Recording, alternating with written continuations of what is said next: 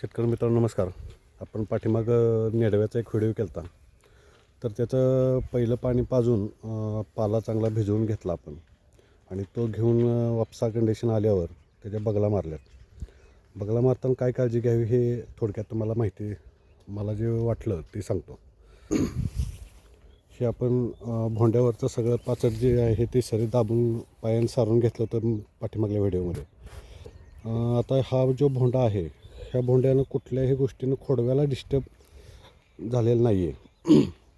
किमान 1-2 इतीच्या मापाचं आता इथं शिवा बेड आहे. त्याच्यामुळं खोडवा कुठल्याच गोष्टीनं हल्लेला नाही. फक्त साईडची माती जी आहे ती ह्याच्यावर आपण जे पाचट सारले त्याच्यावरती पडलेले आहे.